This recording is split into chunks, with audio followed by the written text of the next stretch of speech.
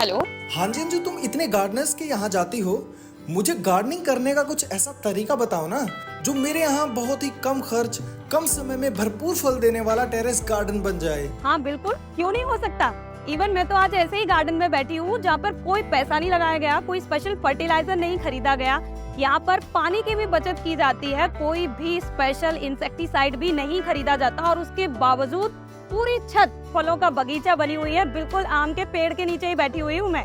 तो बहुत ही amazing garden है, बहुत सारी चीजें आपको यहाँ से सीखने को मिलेंगी। तो ज्यादा देरी न करते हुए मिलते हैं ममता जी से और लेते हैं पूरी जानकारी। इससे पहले यदि अभी तक आपने अपने YouTube चैनल यूनिक फार्मिंग को सब्सक्राइब नहीं किया है तो अभी सब्सक्राइब करें, साथ ही बेल आइकन भी दबाएं ताकि आगे आने वाली वीडियोस की नोटिफिकेशन आपको मिलती रहे। नमस्कार मैम। नमस्कार। एक बार फिर से आ गए हैं हम आपके पास क्योंकि आपकी गार्डनिंग करने का तरीका बिल्कुल यूनिक है। हाँ जी।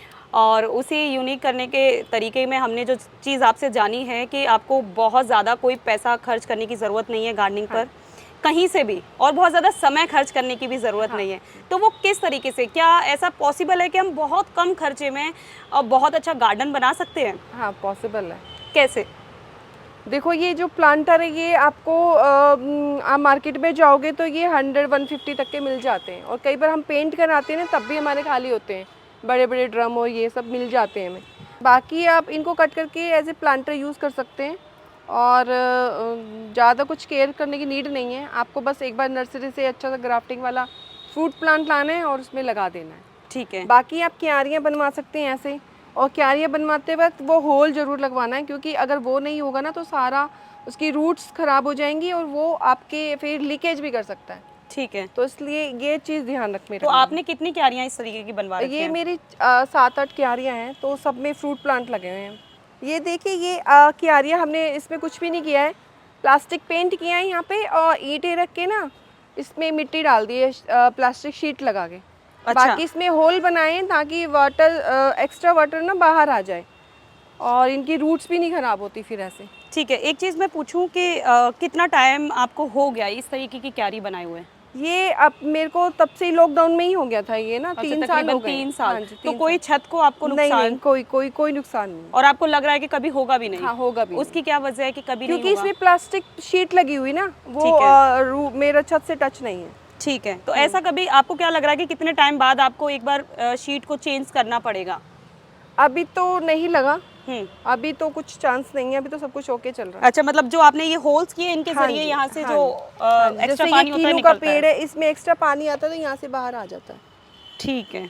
ये एक अच्छा जुगाड़ है। तो हाँ। ये आपने खुद से तैयार कर ली थी? हाँ जी, खुद से रेडी हो गई थी। ये एक अच्छा ऑप्शन मैम ने दिया है कि आप अगर गमले का खर्च नहीं करना चाहते हो, बहुत लोगों के घर में ना एक्स्ट्रा ईंटें रखी भी होती है, तो वो इस तरीके से प्लास्टिक शीट लगाकर और बहुत अच्छे से बना सकते हैं। लेकिन जो सावधानी मैम ने बताई है वो हमें ज़रूर याद रखनी है कि एक होल ज़रूर करना है ताकि जो एक्स्ट्रा वाटर है वो वहाँ से निकलता रहे। अभी हमारे ना 2 फ्लोर बनने हैं, तो अभी हमने इसको बहुत ज़्यादा मॉड्यूलर इसको शेप नहीं दी है, क्योंकि हम नहीं चाहते इसमें हम ज़्यादा खर्चा वो बाद में हमें वेस्ट करना पड़े। ठीक है। तो हम चाह रहे हैं कि जब तक हम ना ऊपर छत पे कुछ बनाएं, और तब तक ये अपना बहुत इजी वे में हम जिसको मेंटेन कर सके इजी तरीके से, और खुद अपने आप जिसको हैंडल कर ले, उसी तरीके से हमने इसको गार्डन को मेंटेन किया हुआ है। ठीक है। आपने ये गमलों की बात बड़ी अच्छी बता दी कि जो प्लास्टिक के जो भी घर में केन है या जो बची हुई है तो आप उनको यूज़ कीजिए कट हाँ करके। जी, ईंटों का आपने बता दिया कि इस तरीके से क्यारी बना सकते हैं, लेकिन अगर हम बात करें फर्टिलाइजर की तो बहुत ज़रूरत पड़ती है। हाँ जी। तो उसका क्या ऑप्शन है? फर्टिलाइजर के लिए इन्हीं की जो इतने सारे लीव्स निकलती है, कटिंग होती है, वो सब मैं इसमें डाल देती हूँ। किचन अच्छा। वेस्ट भी मैं इसी में डाल देती हूँ, और ये अपने आप ही कुछ टाइम बाद ना खाद मिल जाता है। मैं ये देखो, ये पूरा इसमें मिट्टी डाल देती हूँ ऊपर से, ताकि ये ऑर्गेनिक मुझे खाद मिल जाए। बिल्कुल सही। और ये बहुत अच्छा है कि इससे आपका गार्डन भी गंदा नहीं होता, आप पत्तियां लेते हो और वो कर देते हो। और सबसे खास बात है कि पौधों के लिए जितनी भी पौष्टिकता चाहिए होती है वो पत्ती खाद में सबसे ज़्यादा होती है। बहुत मिट्टी में अगर हम पत्ती खाद को मिलाते हैं तो बहुत पोरश भी रहती है मिट्टी, साथ ही नाइट्रोजन की बहुत अच्छी मात्रा हमें यहाँ से मिल जाती है। तो ज़रूर लोगों को अपने घर में पत्ती खाद तैयार करनी चाहिए। और जो शुरुआत कर रहे हैं गार्डनिंग की तो उन्हें दिक्कत थोड़ी हो सकती है कि उनके गार्डन में इतने पेड़ पौधे नहीं है कि इतने सारे पत्ते मिल जाए, तो आप इजीली किसी भी पार्क से। जब मैंने स्टार्टिंग की थी तो मैंने अपने क्यारियों में पार्क से बहुत सारी घास मंगवाई थी अपनी मेड से, और पूरी घास इसमें डाल दी थी क्यारी में, और वो उसी में ही अपने आप उसका मतलब उसका ऑर्गेनिक खाद बन गए और वो अच्छे से इसमें हाँ, थोड़ा वेट मिल भी गई हल्का है। रहा ना, वेट हल्का रहा, बहुत ज्यादा वेट मिट्टी नहीं मुझे रहा। कम डालनी पड़ी फिर। ठीक है, ठीक है। और अगर हम पानी की बात करें तो दिल्ली में एक बड़ी समस्या है कि लोगों के घरों में पानी ज्यादा नहीं होता, वो नहीं लगाना चाह रहे, बोल रहे बहुत ज्यादा होगा, तो उसको क्या करती हैं आप? पानी के लिए हम ये पूल भर लेते हैं, इसमें बच्चे भी नहा लेते हैं, हम भी नहा लेते हैं, और बाकी फिर ये सारा पानी मेरे गार्डन में यूज़ होता है। 1 वीक में ही पूरा खाली हो जाता है, 1 वीक में इसको मेरे गार्डन को ठंडा पानी मिलता है। अदरवाइज बहुत गर्म पानी आता है, वो उसमें पौधे वैसे ही झुलस जाते हैं। ठीक है। और एक समस्या और है, गार्डन में जो गार्डनिंग कर रहे हैं उनके दुश्मन जो है पेस्ट अटैक जो हो जाता है, तो उससे कैसे बचती हैं आप?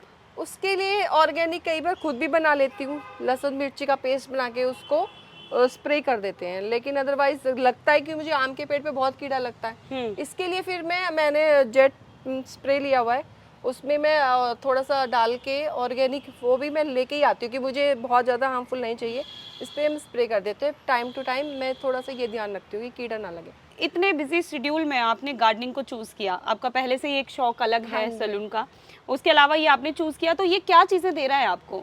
ये हमें हेल्थ दे रहा है, बहुत अच्छी हेल्थ दे रहा है। मॉर्निंग में 1 घंटा लगाते हैं, देखिए हस्बैंड इधर जिम कर लेते हैं, मैं झूला झूल लेती हूँ, इधर इधर फ्लावर कलेक्ट कर लेती हूँ, और बस टाइम पास हो जाता है। इतना अच्छा, जिस दिन हम गार्डन में नहीं आते लगता है आज तो कुछ हमने मिस कर दिया।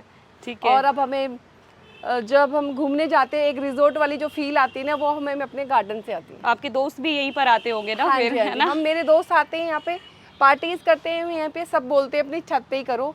सर्दियों में यहाँ पे बॉन फायर लगाते हैं, गर्मियों में हम अपना पूल भरते हैं, और सावन में आप इस तरीके से झूलते सावन हैं? में हम ऐसे झूल भी लेते हैं। चलिए, बहुत अच्छा। मुझे ऐसा लगता है कि ममता जी ने जितने अच्छे से एक्सप्लेन किया है ना किसी चीज को कि गार्डन आपको क्या दे सकता है, वो भी फ्री में। सारी चीजें यहाँ पर जितनी भी बताई गई थी वो सारी फ्री की थी। आपको सिर्फ एक बार कोशिश करनी है पौधे लाने की, और अगर आप वो भी नहीं करना चाहते तो घर में जो भी फ्रूट्स आप यूज कर रहे हैं, कृपया करके अपने किसी भी गमले में या कोई भी क्यारी बनाकर आप उसमें लगा दीजिए। एक ना एक दिन आपको जरूर फल देंगे। यहाँ पर देख सकते हैं आप, ये भी किसी प्रोजेक्ट के तहत एक पौधा लगाया गया था, आज 10 साल के बाद इतने सारे फल दे रहा है। तो मुझे लगता है ये वीडियो आपको जरूर पसंद आई होगी, तो वीडियो को लाइक और शेयर करना ना भूलें और चैनल को सब्सक्राइब करें। धन्यवाद।